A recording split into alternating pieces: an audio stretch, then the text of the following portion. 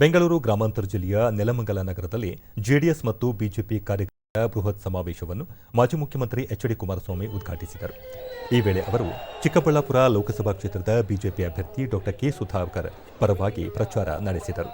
ಈ ಸಂದರ್ಭದಲ್ಲಿ ಮಾಜಿ ಶಾಸಕರಾದ ಎಂವಿ ನಾಗರಾಜು, ಡಾ ಕೆ. ಶ್ರೀನಿವಾಸಮೂರ್ತಿ ಸೇರಿದಂತೆ ಹಲವು ಮುಖಂಡರು ಉಪಸ್ಥಿತರಿದ್ದರು.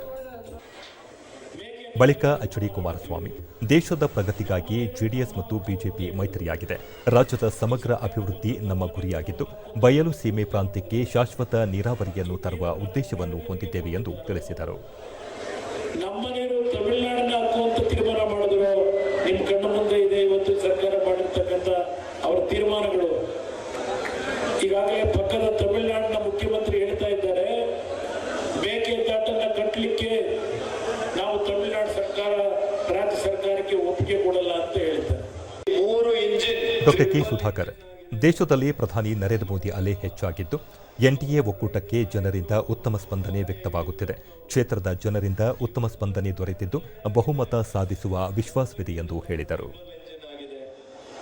ಇಷ್ಟು ಗಾಳಿ ಬೀಸ್ತಾ ಇದೆ. ಚಿಕ್ಕಬಳ್ಳಾಪುರದಲ್ಲಿ